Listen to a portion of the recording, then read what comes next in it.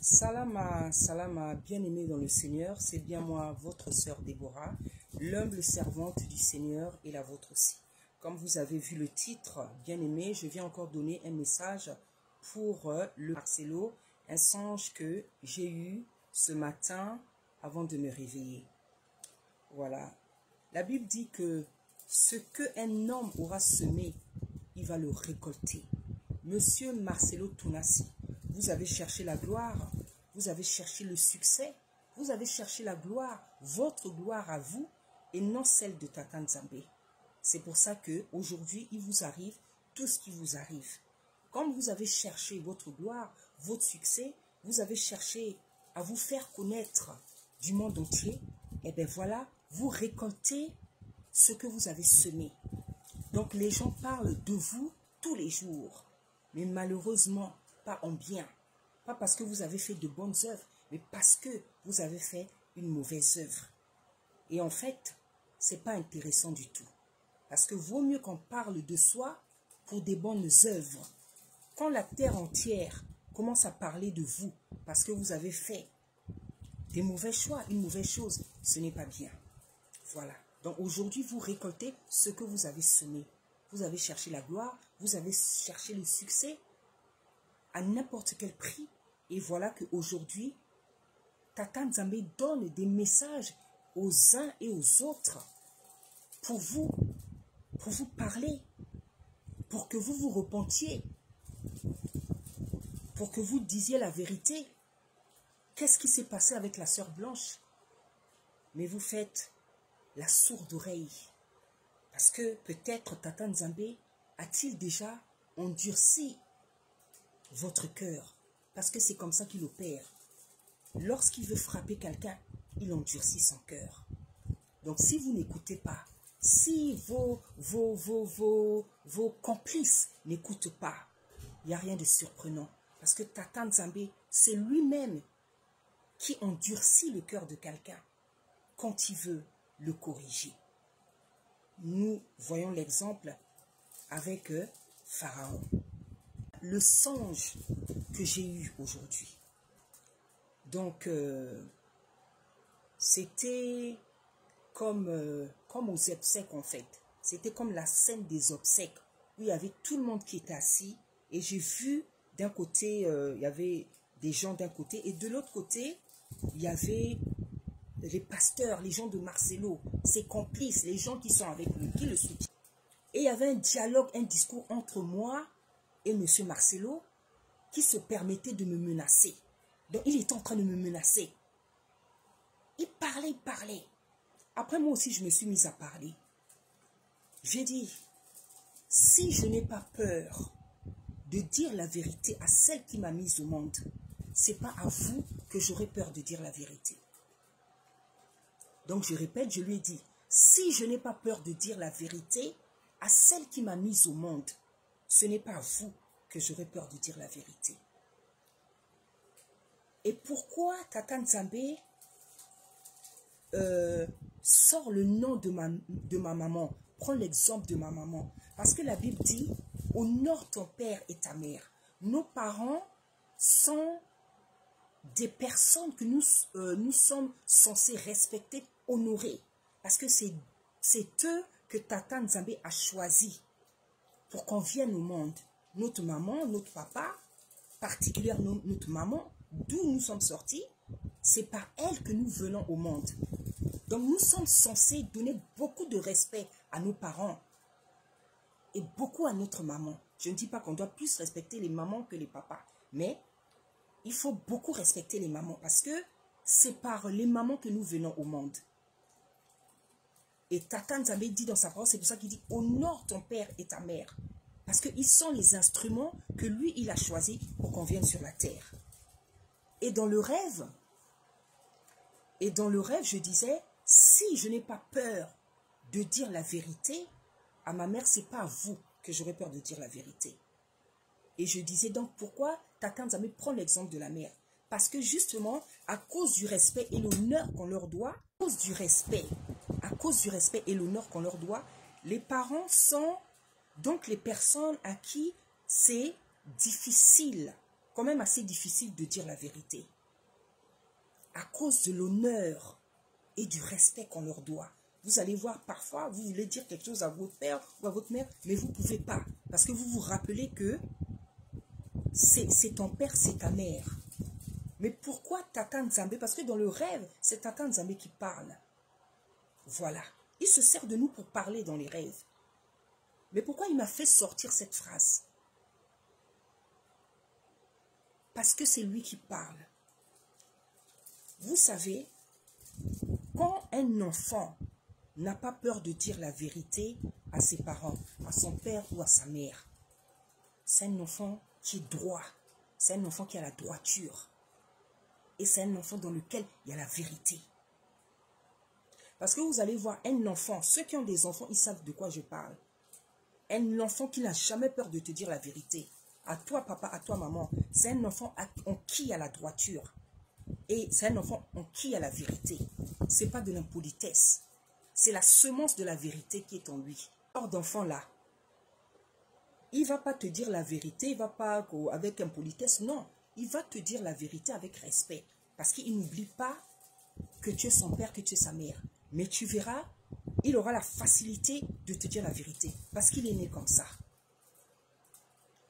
Parce qu'il est né comme ça. Donc, les enfants qui disent la vérité facilement à leur père ou à leur mère, c'est des enfants qui sont droits et c'est des enfants qui ont la vérité en eux. Donc, ils n'ont pas peur de dire la vérité ni à papa ni à maman. Voilà. Donc, dans le rêve, je disais à monsieur Marcelo, si je n'ai pas peur de dire la vérité à ma mère, ce n'est pas à vous que j'aurais peur de le dire. Parce qu'effectivement, avec ma mère, je suis comme ça. J'aime ma maman, je la respecte, mais quand elle ne fait pas bien, je lui dis que maman, tu ne fais pas bien. Et je suis comme ça depuis que je suis petite. Et ma mère le sait. Elle sait que je suis comme ça. Ça ne l'empêche pas de m'aimer. Contrairement à ce que peuvent penser d'autres personnes. Ma mère, elle sait très bien que je suis, comment je suis. Elle sait que c'est mon caractère. Elle sait que je suis comme ça. Et quand je lui dis des choses pour son bien, elle sait que c'est pour son bien. Voilà. Donc, les enfants qui sont comme ça, c'est les enfants qui ont la droiture, c'est les enfants qui ont la vérité en eux. Une personne qui a la vérité en elle, elle aura peur de dire la vérité à personne. Ni à ses enfants, ni à son mari, ni à ses parents, ni à ses frères et sœurs, ni au pasteur, ni même à un président. C'est ça la vérité. C'est une épée, c'est un feu. C'est une épée, c'est un feu. Donc les parents qui ont des enfants qui leur disent la vérité ne voient pas que comme si ton enfant est impoli. Il n'est pas impoli, c'est une semence qui est en lui. Je sais de quoi je parle, moi je suis comme ça. Moi je dis la vérité à ma mère. Comme je vous dis, ça ne l'empêche pas de m'aimer. Ça ne l'empêche pas de m'aimer. Et quand je lui dis la vérité, elle sait que c'est vrai, elle sait que je ne mens pas. Donc les parents qui ont des enfants qui sont comme ça, acceptez qu'ils sont comme ça, que c'est Dieu qui leur a donné ce caractère. Parce que quand vous mettez beaucoup d'enfants au monde, parmi ces enfants-là, il faut qu'il y en a un ou deux qui vous disent la vérité. Une personne, dire la vérité, c'est aimer quelqu'un. Ne pas dire la vérité, c'est flatter, c'est l'hypocrisie. Quand on aime quelqu'un, on lui dit la vérité. Mais quand on ne l'aime pas, on le flatte. On accepte ses bêtises. Donc voilà, c'était comme ça. Et quand je lui disais ça, il commençait à faire, il a fait un truc bizarre là, comme s'il voulait faire le judo. Et il m'a dit, il a fait quelque chose comme ça. Et puis il me dit, dans le rêve, il me dit, tu veux que je te fasse un de mes trucs. Dans un de ces trucs, ça voulait dire que tu veux que je fasse quelque chose pour te tuer, pour te sacrifier. Je dis fais. J'ai dit à Marcelo, fais. Et moi-même, je commençais à faire des trucs, comme si je faisais le judoka. Vous savez, comme les gens, les arts martiaux là. Voilà. Je faisais des gestes comme les gens qui font les arts martiaux. Tu sais, les gens qui sont tout seuls là, les Japonais, ils font des... Voilà. C'est parce que moi, quand je prie, quand je fais le combat spirituel, c'est des actes prophétiques que le Seigneur, Tata Nzambe me fait faire. Donc je faisais ça. Comme si je faisais les arts martiaux, comme si je me battais. C'est ça que je faisais. Et à un moment donné, Marcelo Tunasi, il est devenu tout rouge. Il est devenu tout rouge et il a disparu. Et après, bien aimé, ce que j'ai vu, ce que Tata Nzambe faisait sur la terre, les catastrophes, le remue-ménage que Tata Nzambe faisait sur la terre, bien aimé. Je ne peux même pas vous décrire ça. Je ne peux même pas vous décrire ça.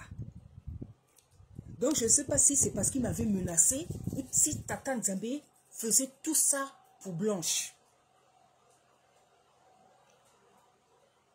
Je le remue.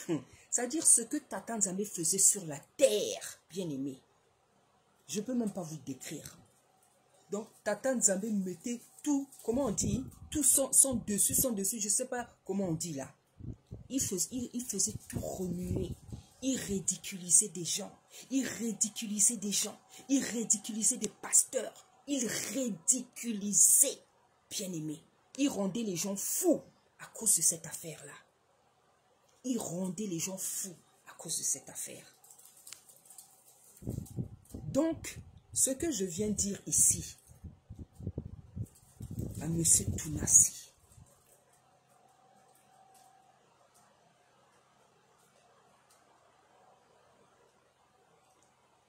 papa, vous avez fait passer Blanche. Mais ce n'est pas tout le monde. Ce n'est pas à tout le monde qu'on touche. Ça, il faut que ça soit bien clair dans votre esprit. Ce n'est pas à tout le monde qu'on touche. Il y a des gens à qui on ne touche pas. Je le dis souvent dans mes vidéos. Parce que je sais de quoi je parle. Il y a des gens à qui on ne touche pas. Il y a des gens qu'on ne provoque pas. Parce qu'il y a des gens sur la terre, quand vous les provoquez, vous cherchez à les tuer, à leur faire du mal. Vous signez votre arrêt de vie. Vous signez votre arrêt de vie. Ce n'est pas une menace. Je sais de quoi je parle. Je sais qui je suis. Je connais mon identité spirituelle. Et j'ai vu dans ma vie ce que Tata Nzambe est capable de faire quand je ne suis pas contente, quand je suis énervée.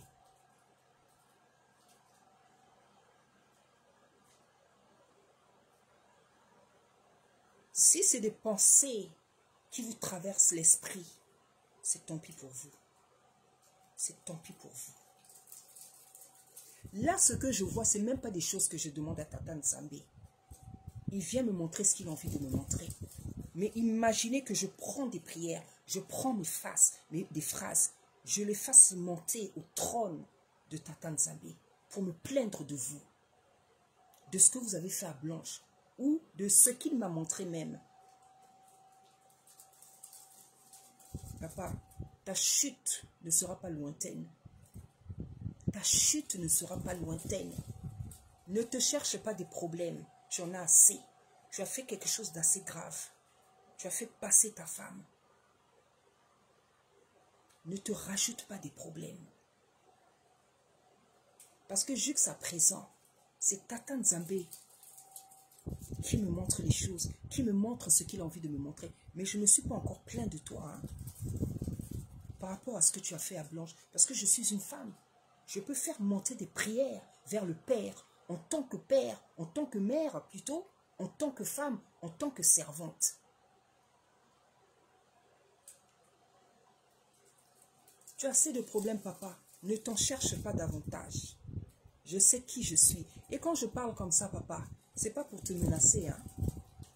J'ai vu et je vois ce que Tata Nzambe est capable de faire pour moi quand je ne suis pas contente. Quand dans mon cœur, je ne suis pas contente de quelqu'un. Je sais de quoi je parle. Évite-toi ce problème. Parce que même si tu t'es mal comporté, tu as fait quelque chose de bizarre, tes enfants ont besoin de toi. Et il y a des gens aussi qui t'aiment.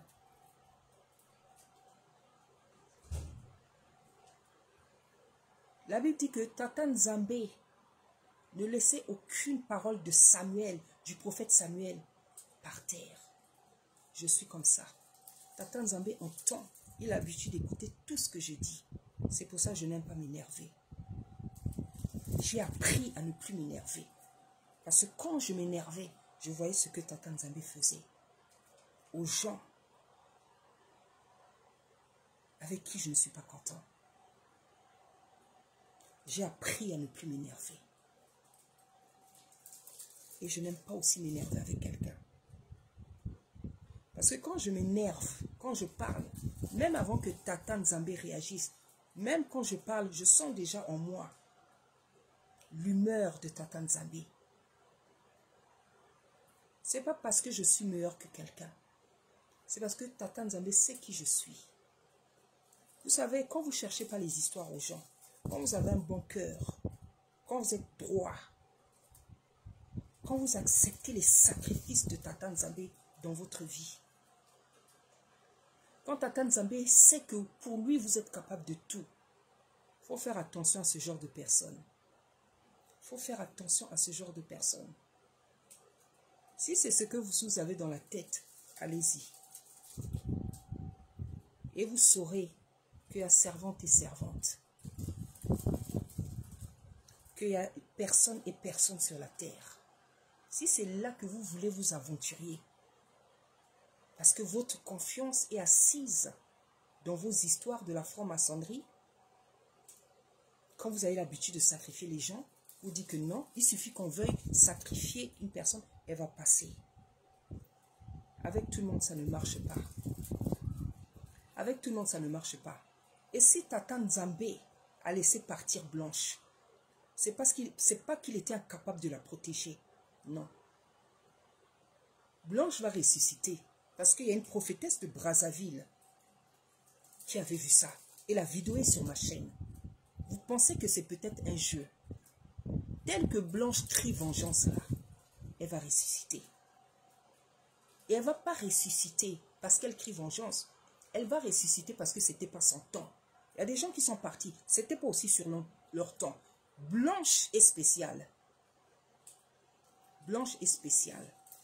Il y a plein de gens, hein, des artistes qui vont ressusciter. Moi, j'ai vu ça. Parce que ce n'était pas leur temps. Et Tata Nzambe ne voulait pas qu'ils partent. Donc, voilà ce que je suis venu dire. Si vous voulez jouer, vous amuser à ce jeu-là, comme j'ai dit dans le rêve, faites-le. Faites-le.